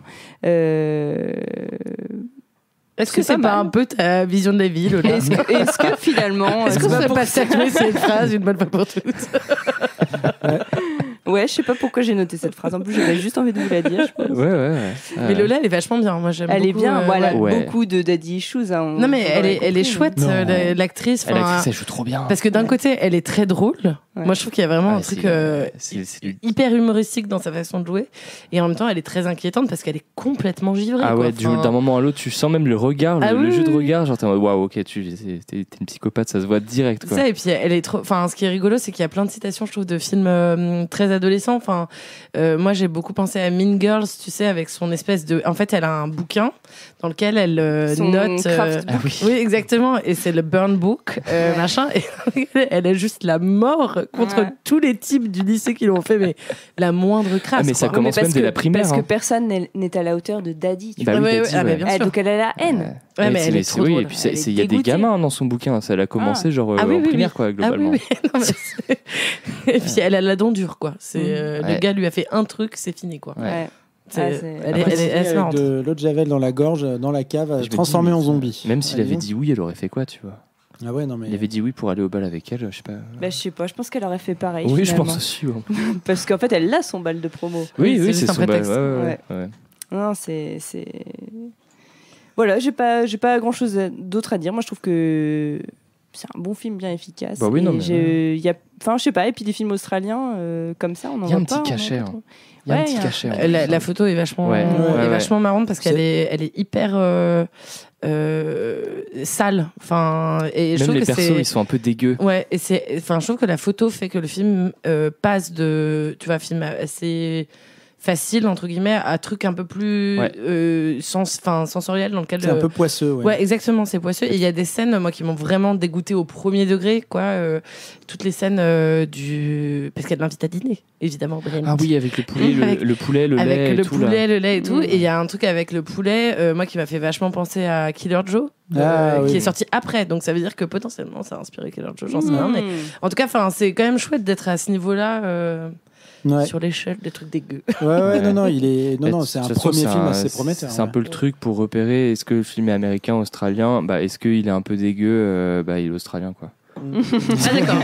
Voilà. Non, je suis désolé. La classification. Non, je suis désolé. Non, mais en tout cas, c'est vrai que le film a pour lui une photo qui est quand même Il y a une petite patte, ouais. assez chouette, avec une belle patte. Et puis, il y a des rebondissements qui sont quand même assez savoureux. Il ménage assez bien le suspense quand... il est très généreux, moi, je trouve. Au réel projet de Lola et de montre son beaucoup. père, qui est... de faire bouillir le cerveau des victimes Pour les après rendre, avoir fait un petit trou dans la boîte crânienne, et puis pour les mettre après à la cave avec leurs copains zombies, quoi. Oui, cette scène de la cave est très chouette aussi. Oui, il C'était leur donne un inattendu. opossum à bouffer. Moi, j'étais en mode, qui se retrouve dedans et qui fait un tas de cadavres pour arriver à remonter à la surface et tout. Enfin, non, mais... Et moi, j'avoue, j'ai eu des gros fous rires, notamment il y a... Oui, parce que c'est drôle à plein moments. Oui, il y a une scène... c'est vraiment drôle. La scène où il pense qu'il s'échappe. C'est Ouais. ça, la scène où il pense qu'il s'échappe. Ah et où, oui, en fait, dans l'arbre, il lui jette des cailloux dans l'arbre. Et il tourne, mais comme un gros sac de patates. Un vieux chat, tu sais, qui est bloqué. C'est Garfield, en Mais fait, oui. qui tombe de son arbre. Mais Le pire, c'est que c'est genre, il y a ça, et avant ça commence, en fait, il y a 2 fails où tu t'attends à ce qu'il y ait une poursuite un peu effrénée dans les champs, où il se fait rattraper une extrémiste et tout. Et Pas en du fait, tout, non. la première scène, il se cache sous la voiture et ça marche au début, et juste le mec recule, et après, il est devant comme un con en plein phare. Mais c'est vraiment un chat. Oui, c'est un chat. Tu vois, c'est vraiment le. C'est miaulement. Mais... Ouais. Ouais. Non, c'est vrai que c'est assez cool. Le film est assez généreux en twist et en rebondissement. Même, moi, j'ai bien aimé un peu dès le départ aussi. J'ai cru que ça allait être un peu un revenge nanar movie, tu vois. Ah. Non, un revenge movie, quoi. Ouais. Et ça m'a un petit peu déçu quand même sur la fin, j'en parlerai après. Mais c'est plus, j'ai bien aimé dès le départ. En fait, ça change un peu, tu vois, d'avoir pas un psychopathe qui capture une meuf et après la meuf se venge ou un truc comme ça, tu vois. Ça fait un peu une inversion de normes, de codes du cinéma d'horreur, enfin de survival, un peu comme ça, quoi. Mais Comment elle s'est fait défoncer. Ouais, mais j'ai un peu regretté, tu vois, la fin. Avec la fracture ouverte à la fin, là. Ah ouais, c'est dégueu. Hein. Et j'aurais bien aimé, ça c'est peut-être personnel, tu vois, j'aurais bien aimé qu'ils aillent jusqu'au bout de l'inversion de code un peu, quoi, pour casser un peu ce truc-là. J'aurais bien aimé que ce soit Oli qui le sauve vraiment, en fait, tu vois. Oui, c'est vrai qu'Oli le sauve pas vraiment, en fait. Non. Oui. Ce personnage, on peut se dire qu'il est cool, et en fait, tu vois, moi j'avais zappé, là je l'ai revu. Mais je pensais que c'était elle qui le sauvait, qui défonçait Lola, et pas du tout. J'ai cru, c'est quand vrai elle se bat, que c'est vrai que ça c'est un peu dommage. Et puis c'est pareil, le T'aimerais bien personnage qu'elle lui roule dessus, quoi. le personnage de Mia qui était présenté comme un personnage assez badass, qui a de la répartie, un peu ténébreux et tout ça. Tu pourrais t'attendre à ce qu'elle ait un rôle dans la résolution de l'affaire. Je pensais qu'elle allait débarquer, moi. En fait, elle en a pas, quoi. Non, Et non. ça, c'est un Mais peu Jamie dommage. non plus, tu te dis c'est le bon pote qui va venir sauver. Moi j'ai cru que c'était une get out un peu au début. Voilà. Tu vois, il allait venir, Non, pour moi, cet arc scénaristique-là, c'est un peu une occasion manquée dans le film. Ouais, je suis d'accord. Mais bon, voilà, il a des qualités. C'est vrai, et puis sur le son aussi, moi je trouve qu'il y a des trucs qui sont un peu bizarres. Tu passes de son un peu rock des années 70, parce qu'il y a une esthétique un peu 70 en fait. C'est vrai, je sais même pas, les ils ont tous voitures des et tout, voitures de collection, machin et tout. Et puis t'as du rock un peu, de la Outback, quoi, qu'ils écoutent. Et puis d'un seul coup, t'as des scènes, notamment la scène de l'enlèvement, où là, ça part complètement sur autre chose, assez radicalement. C'est-à-dire que c'est une espèce de silence. Il n'y a plus aucun bruit d'ambiance. Il n'y a plus qu'une espèce de son, de cordes frottées qui est là, genre très expérimental presque. Tu dis, mais c'est bizarre. Et puis après, tu as la chanson pop I'm not pretty enough. Et là, tu te dis, ah, ok. Ça, c'est un peu le bordel, moi, je trouve. Ça m'a un peu sorti, tu vois, du film. Voilà, j'enverrai un message à Sean Byrne. Voilà. Mais il en serait Merci ravi. de mettre un peu de Il a l'air cohérence très sympathique dans tout ce bordel. Alors dans Devil's Candide, c'est que de mémoire, c'est que du heavy metal. La bande son. Voilà. C'est un peu plus cohérent. En tout cas, là, il a quand même eu le prix du public au Festival international du film de Toronto et le grand prix du jury à Gérardmer. Oui. Ok, il est après. Mais en vrai, moi j'ai trouvé que le film était, comme tu dis, en fait, c'est efficace et généreux, genre. Vraiment. Mais oui, mais parce qu'en fait, il le dit dans ses interviews. Le mec, c'est un fan de films d'horreur, du genre horrifique, et il dit, moi, je sais ce que j'attends quand je vais voir un film d'horreur.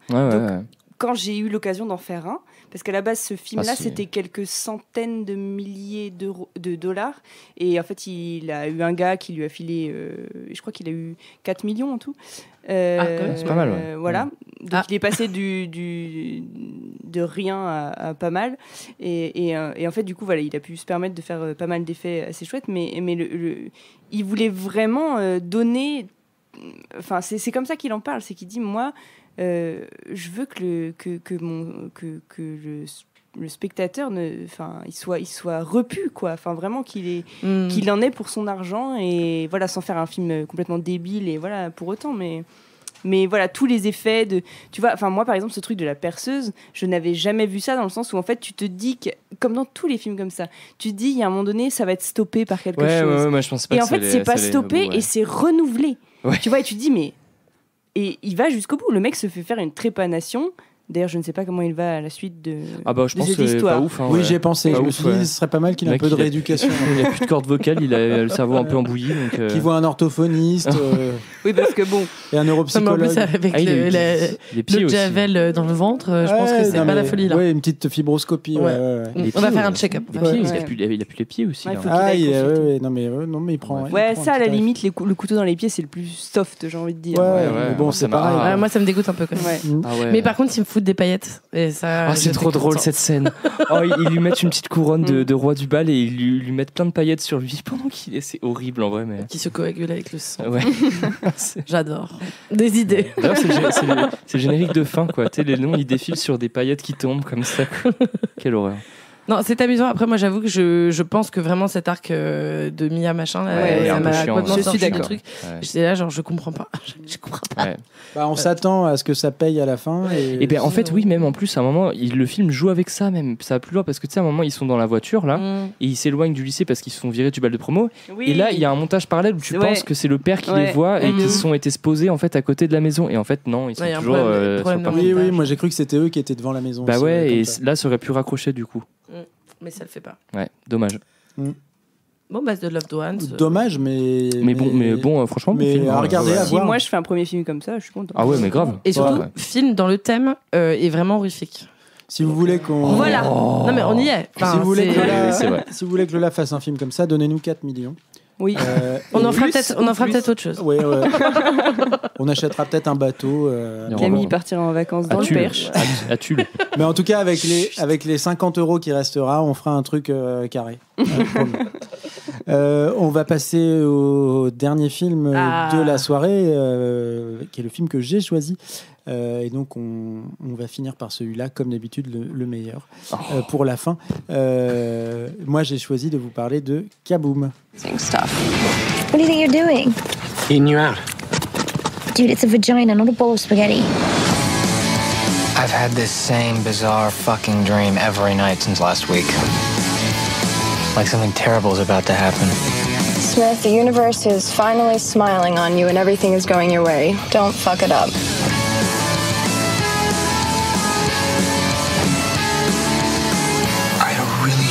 Freaky dream last night. The whole world blew up. What the crap's that supposed to mean? What is this? Will someone please tell me what the fuck is happening? Et oui, Kaboom. What the fuck is happening? What the fuck, man? C'est pas un plat de spaghettis, putain. Kaboom, film de Greg Araki, sorti en 2010, l'avant-dernier long métrage à ce jour de Greg Araki. On se demande d'ailleurs où est le dernier. J'espère qu'il arrivera un jour. Mais il avait fait Whitebird, c'est ça? Bah ouais, mais c'est 2014, donc tu vois, ça date. C'était bizarre. Ça date. Donc Greg Araki, réalisateur américain, réalisateur qui s'est, disons, démarqué dans les années 90-2000 par sa manière de filmer l'adolescence, la construction de la sexualité chez les adolescents au long d'une filmographie qui a comporté quelques films notables que je pourrais citer. Il y avait Doom Generation, Nowhere, l'excellent, méconnu Splendor, que je trouve être un très très bon film, une espèce de parodie de rom-com qui est vraiment super à voir, qui est sorti en 99 avec une bande son par le groupe Post Joy Division. New Order. Ouais, par New Order. Voilà. Ah d'accord, c'est bon. C'est validé. Bizarre Love Triangle de New Order qui est utilisé, c'est pas vrai. Je te jure. Là, Camille a une révélation. Là. Camille, elle en peut plus. Donc Splendor. Mais c'est ma génération, ça. Ça swing. Voilà. Et oui, nous on écoutait ça à l'époque. Oh là là là là là. C'est pas vrai, on est jeunes. Oui, on est jeunes. Camille, on est jeunes, c'est bon.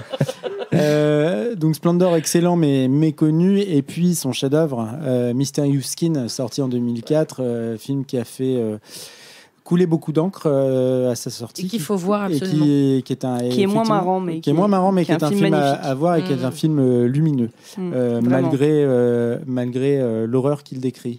Le moins bon Smiley Face en 2007. Et puis Kaboom en 2010 enfin White Bird in a Blizzard, titre original qui est sorti en 2014, qui est très très bon, qui nous fait découvrir à l'époque, redécouvrir Shailene Woodley pour ceux qui ne l'avaient pas vu. Et Eva Green. Mais qui était déjà vraiment, vraiment très connu. Donc qu'est-ce que c'est que Kaboom? Donc Kaboom, c'est une bonne question. Pour vous faire un petit... Alors, déjà le titre. Déjà ça veut dire Badaboom. Voilà. En français. C'est en québécois. J'ai pas vérifié, faudra regarder. Mais en tout cas, film qui met en scène Thomas Dekker, Juno Temple, donc on avait vu dans Magic dans l'épisode précédent. Film lumineux aussi. Voilà, parfaitement. Roxane Mesquida qui va jouer le personnage de Lorelei, on la connaît moins. Hayley Bennett qui jouait dans Swallow, qui joue le personnage de Stella, Chris Dicka qui joue Thor, et enfin James Duval qui est un acteur régulier des films d'Araki, qui a le rôle du Messie dans Kaboom. Donc pour vous résumer le film en quelques mots, dans Kaboom on va suivre le jeune Smith, donc jeune étudiant en cinéma qui est à la veille de ses 19 ans, dont le passage à l'âge adulte sur fond de college movie à l'américaine est marqué par des rencontres principalement d'ordre sexuel. En parallèle de ses déboires amoureux, il enquête sur une sombre affaire de meurtre au sein du campus. De rencontre en révélation, Smith va découvrir qu'il est au cœur d'un complot dont les enjeux dépassent sa propre existence. Alors, ce résumé est volontairement flou et vous pouvez vous demander ce que c'est que Kaboom exactement. Moi, je repense à Camille qui a dit ça swing. Donc Et ben, on pourrait commencer par dire que Kaboom, c'est quand même avant tout un mélange de genres qui emprunte à la comédie surtout, un petit peu au thriller et un tout petit peu au film horrifique. Parmi les éléments scénaristiques, il y a des twists qui pourraient le faire effectivement rentrer dans le genre du thriller, mais qui sont en fait des twists un petit peu grotesques qui en font, quand on le regarde d'un œil extérieur, en fait un mauvais film à suspense. Alors en fait, quand on regarde Kaboom, qu'est-ce qu'on regarde? Eh bien, qu'est-ce qu'on voit? On voit de jeunes adultes qui interagissent entre eux par le biais de la sexualité, qui se donnent du plaisir. Les traits des personnages et les enjeux propres à certaines situations sont volontairement tirés à l'extrême. On pourrait noter, à titre d'exemple, la rupture difficile entre Stella et sa copine Lorelei, la sorcière. C'est vraiment minimiser la folie de la meuf. Voilà, qui est littéralement une sorcière. Qui est une sorcière littéralement possessive, mais pourtant si bonne amante. Oui. Smith, quant à lui, donc notre personnage principal, lui, c'est un personnage qui est attentif, qui est plutôt non déclaré sur le plan sexuel comme il se définit, qui est attentif en fait au plaisir des autres. Il aime autant les hommes que les femmes, et à ce titre, peut-être que dans le film, il est décrit comme étant l'élu, le premier-né. Je l'aime tellement. Ce mec est tellement beau. Non, mais ce mec est tellement beau. Quand il est en débardeur là, oh là là, début, mais c'est marrant parce qu'il a la coupe de Zac Efron, mais il est tellement stylé. C'est vraiment tectonique émo, tu vois. Ouais, c'est pas possible d'être aussi beau. Comme on disait à mon époque et celle de Camille, il est hot saucisse. Alors je n'ai jamais swing. Je me désolidarise. Je n'ai jamais dit ça. Camille a fait les gros yeux quand Thomas a dit ça. Ce film est hot, hein. Ouais, c'est un film ah bah oui. caliente. Ah, il est caliente le film. Ouais, il est très très caliente. Oh, les boomers. Non, quel enfer. Robin Thicke, ouais. Lors du dénouement du film, donc le personnage du père des pères, qui est aidé par une bande de mâles alpha, lui, il va venir sonner la fin du monde en appuyant sur un bouton, un peu comme il déclencherait l'arme nucléaire. Et ça, c'est là, en fait, on assiste à ce qui semblerait être la fin de la jeunesse et de l'insouciance. En fait, la fin du monde. La Terre fait littéralement Kaboom. Ouais. Alors c'est un film qui fait une énorme part à des répliques ciselées, hyper marrantes, des personnages qui sont bienveillants les uns avec les autres, connectés entre eux par une synesthésie des couleurs et du plaisir. Moi, quand j'ai regardé le film, je me suis dit j'aimerais bien vraiment faire partie de cette bande de potes, quoi, parce que c'est assez cool, quoi. C'est queer. C'est hyper queer, ouais. Effectivement. Photo qui semble, la photo du film, qui semble un petit peu faire la synthèse en fait entre les années 90 et 2000 et qui donne en fait à ces décennies une beauté que moi personnellement, pour les avoir vécues, je l'aurais jamais trouvé. Mais moi je pensais pas que ça pouvait être représenté de façon aussi magnifique. Tu lances le film, tu dis oh ça va être kitsch, et c'est beau. Il iconise en fait totalement cette période, quoi. Les lumières, les nuits américaines violettes là, c'est trop beau. Et en même temps on dirait toujours un film érotique un peu. Oui, ça fait un peu début de film avec, tu sais, les personnages qui sont limite évanescents, qui ont une espèce d'aura autour d'eux. Tu sais, ils arrivent pour se présenter, salut. Avec des transitions un peu de telenovela. Ah, ça j'adore. C'est génial, vraiment cool. Et donc à ce titre, j'ajouterais que même, en fait, il n'y a pas de marqueur temporel dans le film, autre que certains trucs un peu technologiques comme les téléphones portables. Et donc en fait, si on les avait pas, on serait complètement incapable d'identifier l'époque. En fait, les coupes de cheveux, je suis d'accord. Et le Marcel, c'est juste ça. En fait, le Marcel, il est tellement bien porté que tu vois, ça pourrait être. C'est vrai. Ça pourrait appartenir à une autre époque. Léo le porte moins bien en vacances. Mais c'est parce que je le mets à la place du pantalon. Parce que le mien il est taché sur le ventre. Il y a des taches de bière dessus. Arrêtez. Je le mets à la place du pantalon. Oh là là. Bref, époque qui serait, je pense, impossible d'identifier tant elle est en fait travestie et sublimée par Araki. Et en fait, vous aurez compris après ce que je viens de vous raconter, mais c'est pas le réel en fait qui intéresse Araki dans le film, mais bel et bien la reproduction d'une image synthétique mentale d'une époque révolue qui lui fantasme en fait, qu'il fantasme parce que c'est l'époque qui correspond probablement à sa jeunesse. D'ailleurs, la fin du film sonne un petit peu comme la fin de l'insouciance, comme je vous le disais, la fin de l'insouciance de nos personnages, la fin de la jeunesse probablement de d'Araki et le dernier orgasme en fait, Kaboom. Voilà, donc moi c'est un film que... C'est très triste. Non, c'est un peu une apothéose dans la fin quand même, ça explose. Une belle apothéose, moi c'est un film que j'adore et que j'ai regardé un certain nombre de fois et que j'ai pris du plaisir en fait à ne pas aimer la première fois que je l'ai vu. Tu l'as pas aimé la première fois que tu l'as vu ? Non, parce que j'étais frustré par l'intrigue, tu vois. Okay. Oui, et c'est là qu'en fait, quand je l'ai revu, je me suis dit, attends, c'est fou parce que je me suis laissé prendre par cette intrigue qui est quand même absurde, carton, enfin, tu vois. On s'en fout de l'intrigue. Mais mais tu vois, il y a quand même un petit truc de thriller et tout, et moi je m'étais laissé un peu emporter par ce truc-là. Il se moque vachement des films à intrigue en fait. C'est-à-dire que des twists à la con là. C'est des critiques des complotistes. Mais bien sûr, c'est très très drôle. Ouais, mais moi quand je l'ai vu premier degré, tu vois. Je l'ai vu genre quand c'est sorti, j'étais là, ouais, mais c'est quoi ce film, ça va pas et tout. C'est vrai qu'il y a plein de haters qui disent ça. Et en fait non, en fait c'est un film qui est je pense très très parodique et qui est avant tout un exercice de style et qui est assez je sais pas, qui est un film assez jouissif à regarder. Ouais, tout à fait. C'est la critique de Télérama, c'est jouissif. Ouais, un film qui est proche du plaisir. Voilà. En vrai, moi dès la première scène, genre c'est caliente quoi. Et dès la première scène, arrête de dire ça, ça me met mal à l'aise. Bon, la première scène c'est le rêve et après il y a son coloc qui arrive là. Un mojito. Et genre vraiment cette première scène, déjà en fait dès le début du film t'es mort de rire, putain c'est trop drôle quoi. Et t'as cette espèce de lumière tamisée violette, t'as son coloc bodybuildé un peu gogol qui arrive. Qui s'appelle Thor quoi. Thor, ouais. Et t'as lui qui est genre comme ça dans son lit, torse poil et tout. Et là il commence à, tu vois, à se chauffer quoi. Et vraiment c'est trop drôle et c'est trop kiffant quoi. Genre toutes les scènes même de sexe sont hyper bienveillante et cool à regarder et genre hyper chouette je trouve quoi. Ouais, c'est et je dis ça parce qu'il y en a beaucoup quand même. Ah oui, quasiment. Il y en a vraiment beaucoup. Et tu vois, il y a un peu ce truc que moi j'aime bien dans le film qui connecte les personnages les uns avec les autres pendant qu'ils sont en train de coucher avec d'autres personnages. Oui, c'est un vrai lien social en fait. Ils les connectent entre eux pendant qu'ils sont en train de prendre du plaisir sexuel et moi ça je trouve ça assez chouette. C'est une image. Alors c'est marrant parce qu'on pourrait se dire que il fait complètement fi de tout un pan hyper important de l'adolescence qui est la découverte de la sexualité et qui est pas forcément un passage très simple à vivre et qui est voilà. Et là on pourrait se dire ouais attends, c'est des personnages qui s'assument, qui se connaissent, qui voilà, c'est trop facile.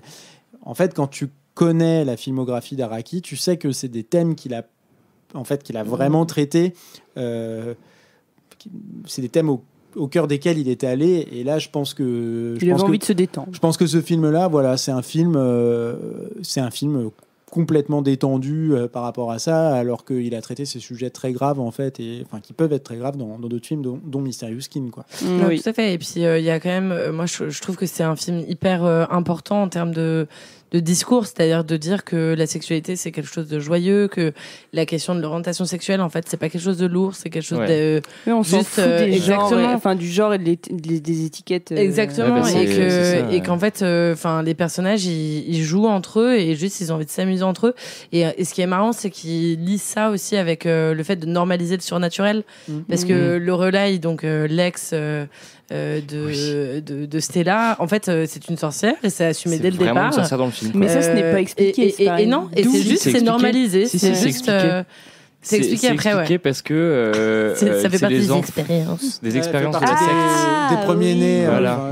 Oui, de la secte. Oui. Mais c'est vrai que dans le film, expliqué en 5 minutes à la fin. Là. Ouais, t'as un peu ce truc. Comme dans la série là où je sais plus de qui c'est, avec du coup le mec qui date pas mal de meufs et tout, et en fait c'est premier degré. Genre, il y a un de ses potes qui lui dit cette meuf, c'est une dictatrice, c'est genre Hitler, et c'est littéralement Hitler, et du coup, il date Hitler.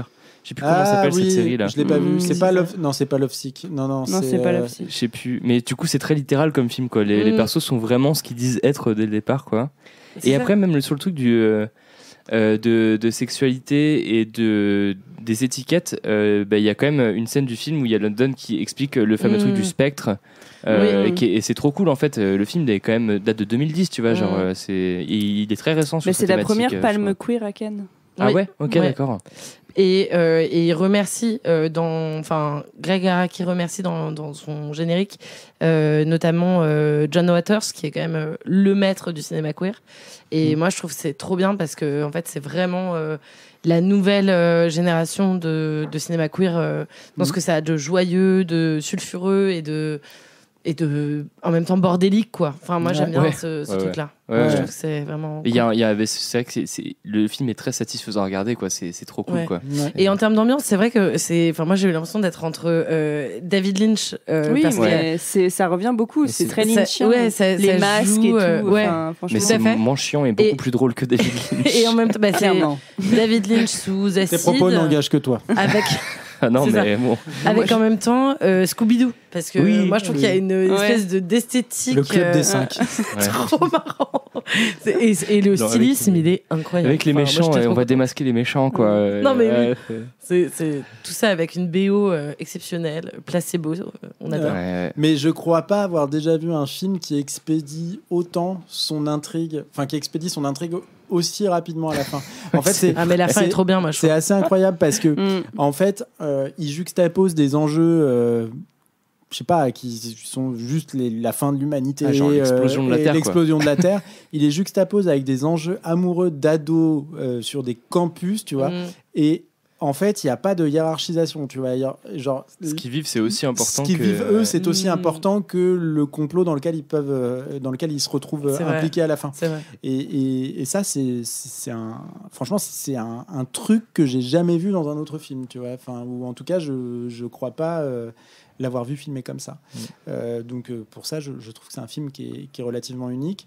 Les acteurs sont vraiment cool, quoi. C'est trop bien. De retrouver Juno Temple, moi je trouve ça trop bien. En tout cas, c'était l'époque où elle était hyper à la mode, quand elle avait une vingtaine d'années et que elle jouait un peu toujours le même rôle, malheureusement, au cinéma. Mais en tout cas, je trouve que là, dans Kaboom, elle est vraiment super bien utilisée, quoi. Son personnage de meuf un petit peu goofy, un peu débridé, quoi, et vraiment au top. Et on l'a retrouvé on l'a vu dans Magic c'est pas dans l'épisode d'avant. C'est pas le même délire, c'est pas le même délire, mais elle est un peu mais ça montre qu'elle sait jouer, ça montre qu'elle a une palette quand même passer du tout au tout, quoi, assez large, et voilà, et puis Hailey Bennett, qu'on n'a pas vu énormément au cinéma, mais qui est très très bien, et qui a des répliques, sucer un pet du cul d'une mouette. J'ai pas vu cette phrase. Elle a des petites punchlines. Elle a des petites punchlines, quoi. Elle est badass. Ouais, puis c'est assez rare de voir un personnage lesbien assumé qu'il soit aussi badass, quoi. Enfin, c'est clair, ouais. Elle est drôle, en même temps, et puis il y a une sororité entre les meufs aussi. Enfin, franchement, ça fait trop plaisir. Moi, je trouve qu'en termes de relations, t'es là, genre. Il y a plein de moments qui sont c'est ce qu'on veut. désamorcés, genre où.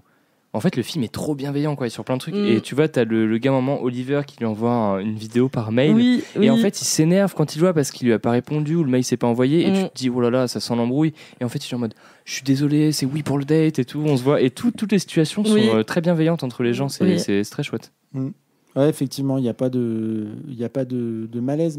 Mais encore une fois, je pense que Araki fait ce film-là qui est un film un peu somme parce qu'effectivement, il a parlé dans ses films précédents de tous les problèmes qu'il a pu rencontrer lui probablement dans sa construction et en tout cas des problèmes qu'il juge comme étant des problèmes qui concernent l'ensemble de la communauté queer en tout cas quand il fait des films parce que de près ou de loin les films d'Araki ont toujours un élément en fait qui est lié à ça que ce soit Mysterious Skin, que ce soit Nowhere, que ce soit Doom Generation, hein, c'est toujours ça, la jeunesse, la culture queer. Et voilà, moi je trouve que Araki c'est un cinéaste qui aujourd'hui me manque parce que... Il fait une série aussi. Hein. Oui. Il fait une série qui est hyper marrante aussi. Enfin, moi j'ai regardé comme d'habitude, juste le premier épisode. Bah, je pense que tu devrais regarder, ça te plairait, je pense, parce que ça reprend assez l'esthétique de Kaboom. Alors j'ai pas le nom de la série, donc c'est vraiment. Moi je sais qu'il a fait un épisode de Riverdale. C'est une un seul. Et après il a jeté la caméra par terre. C'est fini, j'arrête cette série. Mais il a fait une série qui était assez marrante.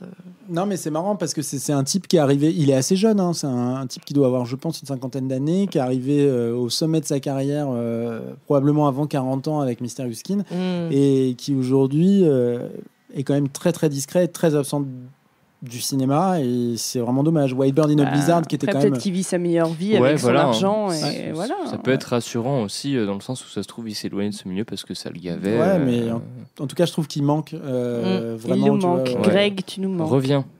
Reviens Greg. Voilà, donc bon, effectivement c'est pas un vrai film d'horreur Kaboom, mais il y a quand même des petits emprunts. Ça emprunte pas mal de pas codes. Plus que Elephant. On a fait moite-moite cet épisode. Ouais, mais en tout cas voilà, il emprunte quelques petits codes du genre horrifique. Oui, c'est une comédie horrifique un peu pour parler d'autres sujets en fait quoi, en fond. Voilà, donc tout public, hein, tout le monde peut. Avec vos parents. Regardez ce film, surtout avec si vos vous parents. êtes adolescent au lycée, surtout regardez ce film avec vos parents, c'est très important. Non, ne faites surtout pas ça, c'est la gênance totale, ne faites pas ça. Le cours de cunilingus peut, à mon avis, en famille... Ça peut, le plat de spaghetti. C'est ton extrait, c'est très culte, c'est très culte. Oui, surtout qu'après, elle ramène Rex pour le cadeau d'anniversaire de ce film. Oui, c'est trop bien. Et il y a zéro problème, quoi. Hein. C'est en mode, il est là, quoi. Rex. On le savait, Rex. Personne ne s'appelle Rex, mais bon. Rex et Thor qui luttent par terre en slip. C'était trop bien. Ça, c'est quand même hyper rigolo sur le colloque qui est censé être hyper hétéro. Oui, c'est en ça, fait, mais qui n'a que des codes homo-érotiques. Et là, genre... qui collectionne les tongs par couleur. Donc, il laisse planer un doute. J'adore. Ouais, c'est assez chouette. Voilà, donc Kaboom, regardez-le si vous ne l'avez pas vu. Enfin, foncez, Une rentrée en joie. Et on en a fini des films de ce soir. Du coup, vous avez... Non, c'est bon là. Bah non, moi j'ai pas pris de deuxième film. Je me suis dit que ça suffit. Non, on s'est dit un par personne, c'est pas mal. Ouais, c'est pas mal. Alors moi j'ai pris Last Day de Gus Van Sant. Toi ça suffit. On a regardé 2 films pour toi parce qu'avant de regarder Elephant, on a regardé un autre film. À la base j'avais pris Tag de Sonotion qui est un film très étrange, perché et au thème très bizarre abordé. Et en fait, Sonotion, je connaissais, je sais plus de ce que j'avais vu de lui, mais bon, je m'étais pas vraiment intéressé à sa filmographie, ni même à sa biographie. Et en fait, c'est Lola qui a... Non, c'est Thomas. Ouais, et toi, t'as envoyé... C'était le Polanski du cinéma Et après, toi, t'as digué sa bio Wikipédia que j'avais pas vu. J'ai même pas eu besoin de diguer, c'est le premier truc qui t'est apparu. Genre polémique, controverse, quoi. La rubrique est directe. C'est un port. Donc et du coup, on a abandonné Tag, effectivement, parce que flemme. Ouais, parce que flemme. Flemme de parler de Sonotion qui un peu à la manière de Miike d'ailleurs, est un tâcheron du cinéma japonais, hein, mais probablement. Miike n'avait pas fait, enfin, il n'est pas sous des coups de. Non, bien sûr, mais je veux dire il a fait beaucoup de films. Il a fait énormément de films. Oui, tout à fait. Qui a fait beaucoup de films dans des mauvaises conditions. Voilà. Mais le parallèle s'arrête là, parce que Sonation est quand même accusé de. Oui, puis ça va loin, ça va jusqu'à un suicide, donc c'est affreux. Donc voilà. Donc on a fait. Au revoir Sonation. Et ciao. Voilà. Et donc Gus Van Sant. Beaucoup mieux. Avant de se quitter, on va se dire ce qu'on a fait le dimanche d'avant, parce que c'est la tradition. C'était là dans la saison 1, on le fait dans la saison 2. Lola, t'as fait quoi dimanche? Bah moi, j'ai rien fait. Je me languinais de... Languinais. Ça n'existe pas. Oh putain, oh la vache, c'est chaud. Lambiné. Je me languinais. Nous languinamos. Une linguini. Non, j'attendais... Putain, la honte. J'attendais avec impatience cet épisode. Parce que, et surtout, voilà, je me disais, putain, on va nous oublier, ça y est, il faut vraiment qu'on refasse un épisode. Et du coup, je suis très contente de refaire celui-ci. Et voilà. Mais sinon, j'ai rien fait d'intéressant, donc je vais pas vous en parler parce qu'à chaque fois, je suis jugée. Donc, T'as pas mangé un melon, t'as pas. Non, c'est plus trop la saison. Tu sais, moi, une fois, j'ai dit, qu'est-ce que j'ai dit comme truc? Ah, toi, t'en as dit des belles choses. Les aftes de la société. Les aftes, il y avait un autre truc. Les similitudes. Les similitudes. Ouais. 0 sur 20. Bon, Camille. Ouais, c'est vraiment. Alors. Camille, la première de la classe. Oui. Qui évidemment réfléchit. J'ai une liste longue comme le bras de trucs que j'ai fait le dimanche dernier, ou alors je suis une mythomane. Bon, ah oui d'ailleurs je tiens à rectifier quelque chose, je l'ai menti le dernier. Tu veux nous parler de Moby peut-être? Ah oui, c'est vrai. Alors, j'ai complètement menti. C'est pas Moby, c'est Mirwes. Bon, les gens qui n'ont pas écouté le dernier épisode ne comprendront pas. Allez l'écouter, vous comprendrez mieux. Ouais. Alors, ce que j'ai fait dimanche dernier, j'ai regardé la nouvelle adaptation de One Piece par Netflix. Alors. Et ben franchement, alors moi j'ai trouvé ça chouette. Bah, écoute, moi j'ai pas encore vu, mais j'ai eu des bons retours aussi. C'est plutôt cool. J'en suis à l'épisode 5 et franchement c'est chouette. Ah voilà. Ouais, ok. J'ai envie d'être pirate dans pas longtemps. Ok, donc le week-end prochain tu seras pirate. Peut-être. Okay. Le week-end prochain je serai à la fête de l'humain. Donc, voilà. Ouais, tu seras pirate alors. Ouais, pirate. S'il pleut, pirate. Quant à moi, la semaine dernière, j'étais en train d'explorer les vastes terres de l'Écosse. À la recherche du lieu de tournage de Wicked Man. De Wicker Man, qu'on a vu avec Diane, ma copine. On est allé se ressourcer là-bas et on est boire allé du whisky, c'est la vérité. Voilà. Mais en tout cas, d'un point de vue ciné, série, tout ça, on a regardé l'intégralité des 3 saisons de The Fall. Donc excellente série qui va très loin dans le dark. Donc à regarder si vous êtes déjà sous antidépresseur ou si vous comptez en prendre dans pas trop longtemps ou si vous avez un rendez-vous avec le psychiatre. Et c'est un médecin qui parle. Hein. Voilà. Mais en tout cas, voilà, c'est difficile à regarder, mais ça va très très loin dans la psyché et. Je trouve que tu te la pètes beaucoup. Oh, le beaucoup. C'est insupportable ce soir. Beaucoup parce que tu fais genre que le dimanche tu fais des trucs extraordinaires alors qu'en fait tu regroupes tout ce que tu as fait en une semaine. Bah oui, parce que le dimanche je fais le point, je fais la synthèse. Ouais, bah moi tu vois je suis honnête. Ouais, mais dimanche donc 0 sur 20 mais honnêteté. Mais dimanche on a regardé le dernier épisode. Tu vois. Mais la version anglaise ou américaine, il me semble que. The Fall, on a regardé la version avec Gillian Anderson, donc je pense c'est la version américaine. D'accord. Et Jamie Dornan. Ah. Le beau 50 monsieur. nuances degrés. Ouais, bah là, joli, ouais. Moi j'étais plus sur, tu sais, dans. Joli. Bon bref, on a dingue. Un autre film de cul, Camille. Mais non, dans Marie-Antoinette, c'est lui qui joue le Love Interest. Bah, c'est ses premiers, ça fait partie de ses... À l'époque, il était juste mannequin. Ouais, voilà. C'était la meilleure époque. Ouais. Voilà, donc bah écoutez, Attends, mais Léo il a pas dit. Ah, Léo il a pas dit. On s'en fout. Léo il a pas dit, mais je crois que. Moi j'ai fait un entretien avec Gus Van Sant dimanche. Voilà. Non, moi dimanche dernier j'ai fini la déco de mon nouvel appart, donc j'ai accroché mes affiches, j'ai quelques affiches de ciné, j'ai accroché L'île aux chiens dans mon salon. Dimanche dernier. Très bon film. Ouais, très chouette film. J'aime beaucoup L'île aux chiens. Et j'ai. Wes Anderson. Ouais. Kenny. Ouais, moi non plus. Mais on fera un épisode. Oui, on parlera de Wes Anderson. Oui, on peut. On n'est pas obligé parce que c'est effectivement un peu chiant. Ouais. Bref. Mais L'île aux chiens, très bien. Bon, ça sera peut-être un autre sujet, mais bon, c'est dernier film un peu Donc t'as décoré ton appart. J'ai décoré mon appart et j'ai fini la série, la saison 2 de The Bear, série que je recommande moi je suis en train énormément. de finir. Celui-là c'est très très bien. Celui-là qui fait la cuisine. Ouais. C'est lui qui fait la cuisine dans le restaurant où il y a la cuisine. Ouais. C'est Lip de Shameless pour toutes les personnes qui étaient amoureuses du personnage. Alors moi j'aime bien, à savoir moi. J'aime bien The Bear, mais je trouve que là sur la saison 2 ils sont partis dans le dur du montage épileptique. C'est un peu poussif sur la saison 2, mais c'est quand même, franchement, cette série elle est vraiment, elle est vraiment top. Si vous aimez pas les scènes qui durent plus de 4 secondes, si vous êtes fan du cinéma de Michael Bay, vous pouvez regarder The Bear, vous serez pas dépaysé. Les caméras tournent, les scènes sont coupées, vous allez. Il y a des plans de séquences dans les cuisines avec les poils qui fument et tout, quoi. C'est incroyable. Moi j'adore, ça me donne faim. Non, c'est très très bien The Bear. Ouais, bah tiens. Bon, et sur cette volée de recommandations, on finit l'épisode 10. On finit l'épisode 10 et on vous dit bravo, bon anniversaire. Et on vous remercie parce que vous êtes de plus en plus nombreux à nous écouter et à nous suivre. Et on vous dit à dans 2 semaines pour le prochain épisode. Des gros bisous. Au revoir. Bisous. Ciao, ciao, ciao.